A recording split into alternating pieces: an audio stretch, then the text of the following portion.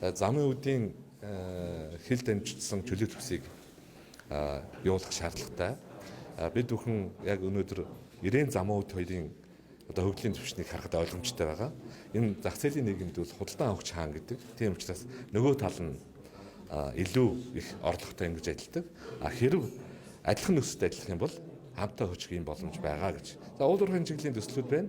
Тэгээд ер нь зүгээр давчхан хэлж чад нэг хүнд оногдох дотоодын нийт бүтээгдэхүүнийг эх 10 жилд $10,000, дундад салинг $1,000, эдийн засгаа $40,000 болгохын тулд иймэрхүү төслүүдийг явуулахгүй бол шал худлаа зүйл болно.